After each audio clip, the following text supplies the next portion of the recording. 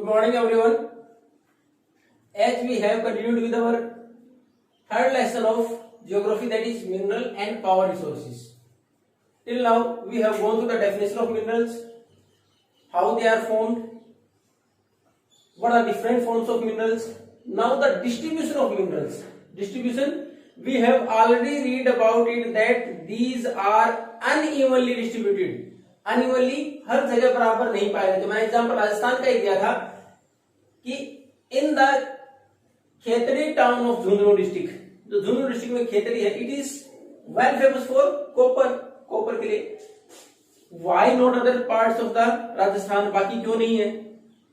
Second हमने मैंने example लिया था मालिका है, Ajmer is famous for it. Ajmer में प्रसिद्ध है कि वहां प्रोडक्शन होता है, माइनिंग होती है उसकी, लेकिन बाकी जगह नहीं है. It totally depend on the geological process inside the earth as well as the rock formation. What are different types of rocks. Different minerals are found in different types of rocks. तो ये किस पर depend करेगा कि कौन सी rocks कहां है, उस रॉक फॉर्मेशन पर डिपेंड करता है कि कौन सा मिनरल कहां पाया जाएगा. अब हमने रॉक्स भी तीन प्रकार की पढ़ी थी, igneous, metamorphic and sedimentary rocks. तो ज्यादातर हमने जो फॉर्म्स पढ़े थे वो कौन कौन से पढ़े थे मिनरल्स के, मेटेलिक एंड नॉन मेटेलिक. जो मेटेलिक मिनरल्स है, most of the metallic minerals are found in igneous and metamorphic rocks. जितने भी मेटेलिक मिनरल्स ज्यादातर हमारे कहां पाए जाते हैं, इग्नियस और मेटामॉर्फिक रॉक्स. और इग्नियस और मेटामॉर्फिक रॉक्स ये अगर हम भारत की बात करें, चलो बाकी हमने नहीं पढ़ा, लेकिन भारत की बात करें तो in which region these are found. भारत के कौन से क्षेत्र में इग्नियस और मेटामॉर्फिक रॉक्स पाई जाती हैं, द प्लेट्यू रीजन. आपने इग्नियस पढ़ी थी, बासाल्ट रॉक एग्जांपल भी पढ़ा था डेक्कन प्लेट्यू में. तो हमारे यहाँ इग्नियस और मेटामॉर्फिक रॉक्स कहां पाए जाते हैं, ज्यादातर हमारा प्लेट्यू रीजन पठारी इलाका है उसमें. तो हमारे पास जो पठारी इलाका है, it is rich in the metallic minerals. जो मेटेलिक मिनरल्स उसमें हमारे यहाँ ज्यादा प्लेट्यूज में पाए जाते हैं. इसी प्रकार का एग्जांपल हमारा ही नहीं, पूरे वर्ल्ड में अगर इग्नियस और मेटामॉर्फिक रॉक्स ज्यादातर प्लेट्यू रीजन बने हैं और उसमें हमारे पास मेटेलिक मिनरल्स पाए जाते हैं. उसका एक एग्जांपल जैसे नॉर्थ स्वीडन है, यूरोपियन कंट्री है, तो उसमें आयरन ओर यानी rich deposit of iron ore are found in Sweden. North Sweden जो उत्तरी हिस्सा है स्वीडन का, उसमें आयरन ओर बहुत ज्यादा पाया जाता है. एक मैंने और की डेफिनेशन आपको बताया, जहां भी और लगा it means in the raw form from where we are going to mine. It is also mixed up other materials और मिनरल्स और अदर सेडिमेंट्स. अब उसी प्रकार दूसरी हमारे पास है दो, तीसरी रॉक कौन सी, इग्नियस और सेडिमेंटरी रॉक्स.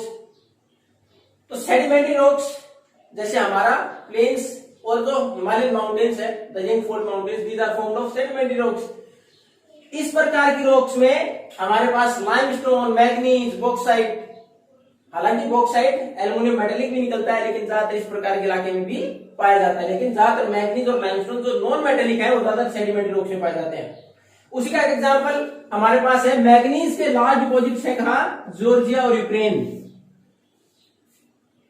अब उसके साथ एक लाइमस्टोन का एग्जांपल भी आपकी बुक में दे रखा है, वो फ्रांस का एक रीजन है जिसके अंदर लाइमस्टोन, चूना पत्थर, वो भी सेडिमेंट रॉक्स का पार्ट ज्यादातर पाया जाता है. सेडिमेंट रॉक्स में नॉन मेटेलिक मिनरल्स ज्यादा पाए जाते हैं. उसके साथ साथ मिनरल फ्यूल पढ़े थे आपने, चाहे पेट्रोलियम, नेचुरल गैस, ये हमारा ये भी ज्यादातर किसी सेडिमेंटरी रॉक्स में ही पाए जाते हैं. तो ये डिपेंड करेगा कि हमारा किस प्रकार के रॉक्स है, उसी प्रकार का कौन से एरिया में वहां ये मिनरल्स पाए जाएंगे. तो डिस्ट्रीब्यूशन ऑफ मिनरल्स है वो अलग अलग अनइवन है, हर जगह बराबर नहीं पाए जाएंगे. Totally depend on the rock formation से किस प्रकार के रॉक्स उसके ऊपर डिपेंड करता है. अब हम वन बाय वन अगर कंटिनेंट की बात करें, तो कौन से कंटिनेंट में कौन से मिनरल्स ज्यादा पाए जाते हैं, डिस्ट्रीब्यूशन में दे रखा है. अब सबसे पहले we are going to discuss about our own continent, हमारे खुद के महाद्वीप की बात करें, एशिया. अब एशिया में there are large deposits of iron ore and specially in two countries, China and India. Iron ore है हमारे पास, लोह एस जिसको बोलते हैं, उसके बहुत सारे हमारे पास डिपॉजिट्स हैं चाइना और इंडिया में, यानी अच्छा प्रोडक्शन होता है. And most of the iron ore from India is exported outside. Bharat से बहुत सारा आयरन ओर एक्सपोर्ट किया जाता है बाहर, यानी it is the main source of revenue from outside और अदर कंट्रीज. हमारे पास मेन सोर्स है रेवेन्यू का ही. अब उसके साथ साथ Asia Asia continent produce more than 50% of tin. Tin दस्ता, इसका 50% से ज्यादा एशिया कंटिनेंट में प्रोडक्शन होता है। यानी आयरन ओर का डिपॉजिट तो है हमारे पास, सबसे ज्यादा प्रोडक्शन किसका है? टिन का। ये ज्यादा कंट्रीज चाइना, मलेशिया, इंडोनेशिया महत्वपूर्ण कंट्रीज जिसके अंदर की इसका हमारे पास लार्ज डिपॉजिट्स आते हैं, जिसके हमारे पास बहुत सारे भंडार हैं। उसके अलावा आयरन और टिन ये तो महत्वपूर्ण है ही, इसके साथ हमारे पास और जो हमारे पास पाए जाते हैं उसमें मैग्नीज, और आप मैग्नीज का एग्जाम्पल कहां पढ़ा था? नॉन मेटेलिक, नॉन मेटेलिक में। तो हमारे पास इसके साथ साथ मैग्नीज के अलावा बाकी फिर आपकी एल्यूमिनियम इससे बनता है, जिंक और कॉपर, ये भी हमारे पास प्रोडक्शन अच्छा है एशिया कंटिनेंट में। तो ये था हमारा एशिया कंटिनेंट। एशिया अगर लार्जेस्ट प्रोड्यूसर की बात करें कि एशिया सबसे ज्यादा किसी कौन सा चीज प्रोड्यूस करता है, तो टिन है, क्योंकि मोर देन 50% ऑफ द वर्ल्ड। दूसरा सबसे ज्यादा प्रोडक्शन किसी से करता है? आयरन ओर का। तो उसके बाद हमारे पास बाकी जो मेटेलिक और नॉन मेटेलिक मिनरल्स है वो भी पाए जाते हैं, मैग्नीज, बॉक्साइट, जिंक और कॉपर। नेक्स्ट अगर हम बात करें continent Europe, and the most of the countries of Europe ruled on other countries. ज्यादातर देशों ने दूसरे देशों पर शासन किया। We were also the colony of Britain, European country है ब्रिटेन, हम भी उसका हिस्सा रहे हैं। It is the leading producer of iron ore. देखो आयरन ओर का प्रोडक्शन हमारे यहाँ भी बहुत था, चाइना और इंडिया में, एंड प्रोडक्शन अच्छा होता है एशिया में, लेकिन लीडिंग प्रोड्यूसर कौन सा है? यूरोप। यूरोप में सबसे ज्यादा प्रोडक्शन होता है आयरन ओर का, जिस प्रकार एशिया में किसका था? टिन का। अब इसमें कंट्रीज कौन कौन से जहां आयरन ओर का प्रोडक्शन ज्यादा होता है? Russia, Ukraine, Sweden, France.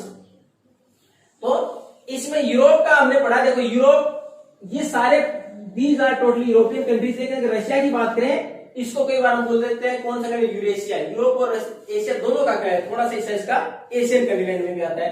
तो यूरोप, इन भागों में ज्यादातर हमारे पास आयरन ओर के डिपॉजिट्स हैं, लीडिंग प्रोड्यूसर है यूरोप। उसके साथ साथ यहां और जो बाकी हमारे पास मिनरल्स पाए जाते हैं, उसमें कॉपर, लीड, जिंक, मैग्नीज, ये ईस्टर्न यूरोप का जो हिस्सा है इसमें बाकी ये सारे मिनरल्स भी पाए जाते हैं। We have already gone through the two, Asia and Europe, and the third one is North America. In North America the minerals are found in 3 different regions. अगर नॉर्थ अमेरिका की बात करें तो इसमें अलग अलग 3 रीजन है, 3 अलग अलग एरियाज हैं जिनमें की हमारे पास ये मिनरल्स पाए जाते हैं। अगर हम भारत की बात भी करें तो मोस्ट ऑफ द मिनरल्स और specially metallic minerals are found in the Chota Nagpur plateau. जो हमारे पास एक प्लेट्यू का रीजन है, छोटा नागपुर प्लेट्यू जिसको हम बोलते हैं, which is in between Jharkhand, Bihar, West Bengal, Orissa, Madhya Pradesh के बीच का जो इलाका हमारा छत्तीसगढ़, ये जो इलाका है हमारे पास, इस रीजन में सबसे ज्यादा पाया जाता है। विशेष रीजन है हमारे लिए इसके प्रोडक्शन के लिए। उसी प्रकार इसको नॉर्थ अमेरिका के 3 रीजन है जहां ये जितने सारे मिनरल्स है पाए जाते हैं, महत्वपूर्ण मिनरल्स पाए जाते हैं। इसमें कैनेडियन रीजन, उसके बाद एपेल्चियन रीजन, और तीसरा है वेस्टर्न माउंटेन रेंजेस, जो पश्चिमी वहां की पर्वत श्रृंखलाएं हैं उनके अंदर। तो कौन कौन से 3 रीजन हो गए?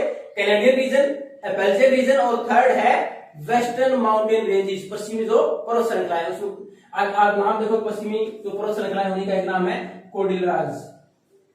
अब इसमें देखेंगे कैनेडियन रीजन में, तो कैनेडियन रीजन किसके लिए? It is famous for the production of iron और निकल, गोल्ड, यूरेनियम और कॉपर।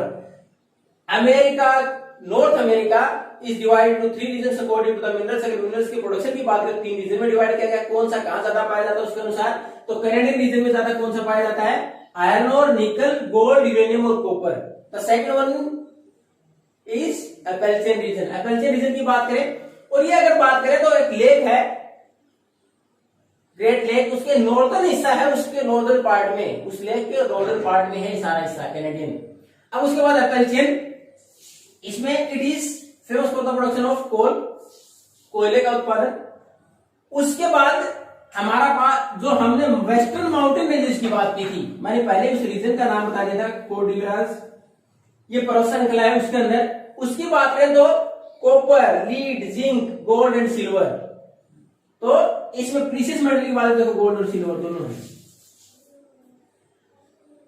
हमने आज डिस्कस किया डिस्ट्रीब्यूशन मिनरल्स की किस प्रकार किस पर डिपेंड करता है। उसके साथ साथ हमने कंटिनेंट वाइज पढ़ा 3 कंटिनेंट के बारे में, कौन कौन से? Asia, Europe and then after North America.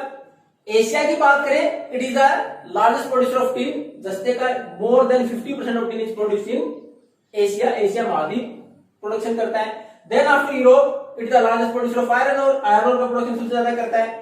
बाकी भी उसके साथ हमारे पास मिनरल्स है, लेकिन सबसे ज्यादा प्रोडक्शन इनका होता है। Then after the North America, अगर नॉर्थ अमेरिका की बात करें तो it is divided to 3 regions according to the availability of the minerals. Minerals की अवेलेबिलिटी का आधार पर 3 हिस्सों में बांटा है, Canadian, Appalachian and the western mountain ranges. उसमें हमने अलग अलग पढ़ा कैनेडियन रीजन किसके लिए प्रसिद्ध है, एपेल्सियन किसके लिए प्रसिद्ध है और वेस्टर्न माउंटेन रेंज किसके लिए प्रसिद्ध है।